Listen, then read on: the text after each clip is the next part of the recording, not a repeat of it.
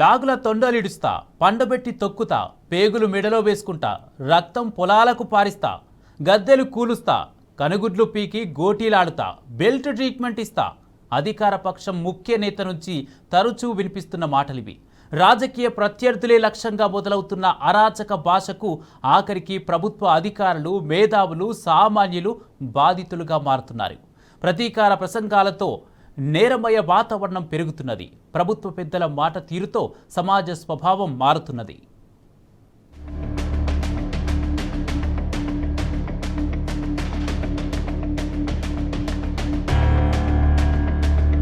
పాలకుల భాష, ప్రవర్తన క్రమంగా పాలన వ్యవస్థలోకి, అక్కడి నుంచి పౌర సమాజంలోకి ప్రవహిస్తాయి.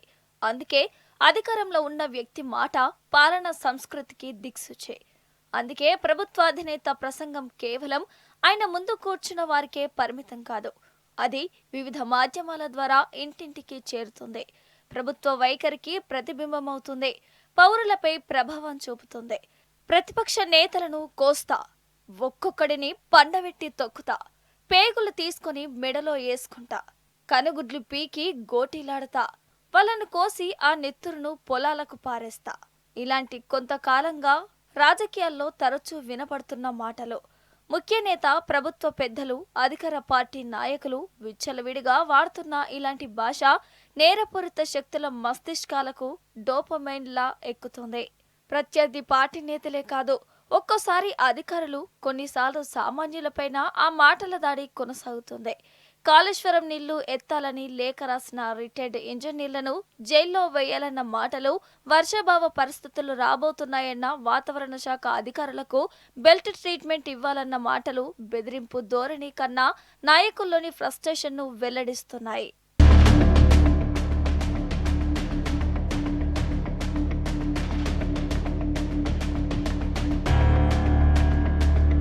నేరం అనేది కేవలం పోలీస్ స్టేషన్లో నమోదయ్యే ఎఫ్ఐఆర్ కాదు.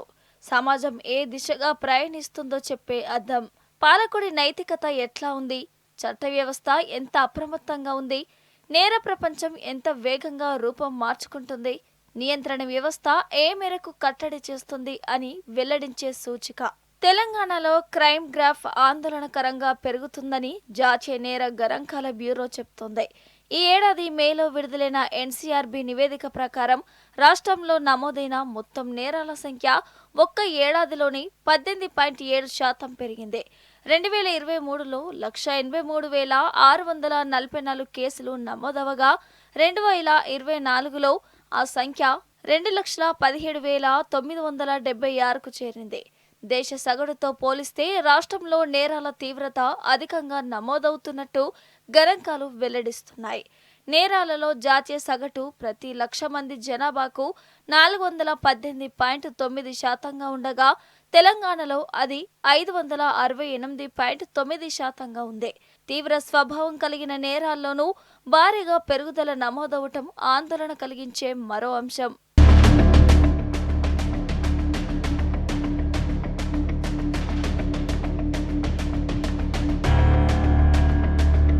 కేసీఆర్ ముఖ్యమంత్రిగా ఉన్న రోజులతో పోల్చి చూస్తే రాష్ట్రంలో హత్యలు, దోపిడీలు, తీవ్రమైన దాడుల వంటి భయంకర నేరాలు గణనీయంగా పెరిగిపోయాయి. 2022లో 9,673, 2023లో 10,069 కేసులు నమోదవగా 2024లో ఒక్కసారిగా అవి 27,447కు చేరాయి.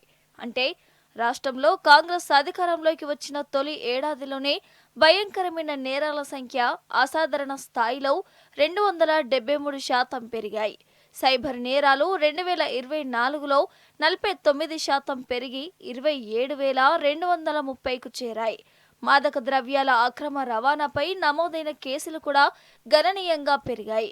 2023తో పోలిస్తే డ్రగ్స్ కేసులు 100% పెరిగినట్టు నివేదిక పేర్కొంది. మరో కీలక అంశం మానవ అక్రమ రవాణా. దేశవ్యాప్తంగా నమోదైన మొత్తం హ్యూమన్ ట్రాఫికింగ్ కేసుల్లో దాదాపు 20% తెలంగాణలోనే నమోదవటం తీవ్ర ఆందోళన కలిగిస్తోంది. ఈ నేర విభాగంలో తెలంగాణ జాతీయ స్థాయిలో ప్రధాన రాష్ట్రాల్లో ఒకటిగా నిలిచినట్టు గణాంకాలు చెప్తున్నాయి.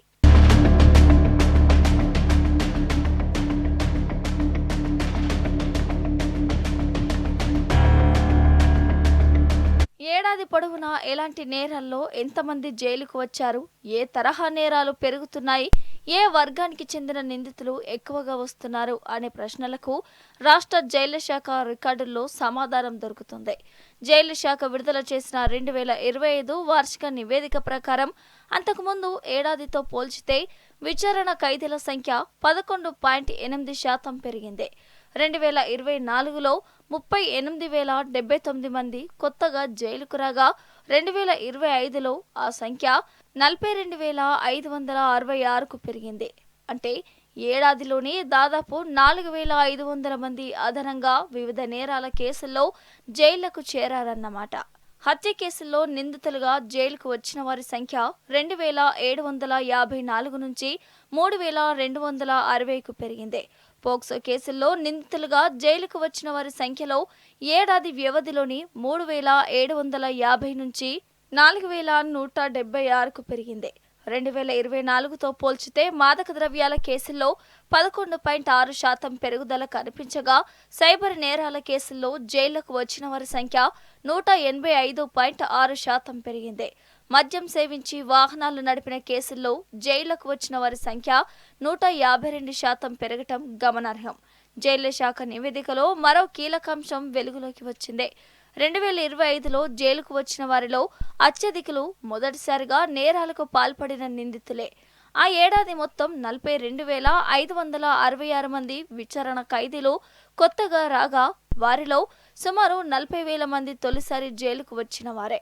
అంటే సాంప్రదాయ నేరస్తుల కంటే కొత్తగా నేరాలకు పాల్పడిన వారి సంఖ్య పెరుగుతుందనే సంకేతాలు స్పష్టంగా కనిపిస్తున్నాయని నిపుణులు విశ్లేషిస్తున్నారు.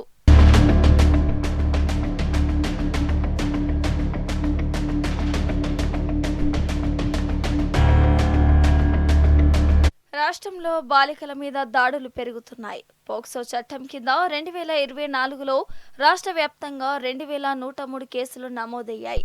తెలంగాణ జైళ్ల శాఖ గణాంకాల ప్రకారం 2025లో ఈ కేసుల్లో జైలుకు వెళ్లిన నిందితుల సంఖ్య 3,750 నుంచి 4,176కు పెరిగింది. అంటే బాలికలపై లైంగిక నేరాల తీవ్రత తగ్గకపోగా కాంగ్రెస్ ఏలుబడిలో మరింతగా పెరుగుతున్నాయని తేటతెల్లమవుతుంది. పోక్సో కేసుల్లో రాజకీయ ప్రముఖుల కుటుంబ సభ్యుల పేర్లు ఇటీవల పలుమార్లు వార్తల్లోకి రావటం చర్చనీయాంశమవుతోంది. కేంద్ర హోంశాఖ సహాయ మంత్రి కుమారుడిపై నమోదైన కేసు రాష్ట్ర వ్యాప్తంగా తీవ్ర చర్చకు దారితీసింది. అయితే దోషులకు శిక్ష పడేలా ప్రభుత్వం చిత్తశుద్ధితో వ్యవహరించలేదని, నిందితుడికి బెయిల్ దక్కేలా ప్రభుత్వం తీరు ఉందని విమర్శలు వెల్లువెత్తాయి. షాబాద్ ఘటనలోనూ పోక్సో కేసు పెట్టిన తర్వాత కూడా నిందితుడిని కనీసం పోలీస్ స్టేషన్కు పిలిపించలేదని, ఆయనకు బెయిల్ దక్కే వరకు స్వేచ్ఛగా తిరగనిచ్చారని వార్తలు వచ్చాయి. ఆ కారణంగానే నిందితుడు 6గురిని హత్య చేశాడని తెలుస్తోంది. ఒకవైపు ముఖ్యమంత్రి హోంమంత్రిగా ఉన్న చోట పోలీస్ శాఖ అచేతనంగా మారడం విమర్శల పాలవుతుంది. మరోవైపు ప్రభుత్వ అధినేత మాటల తీరు తీవ్ర నేరాల స్థాయిని సాధారణ వ్యవహారాల్లా మార్చేస్తుంది.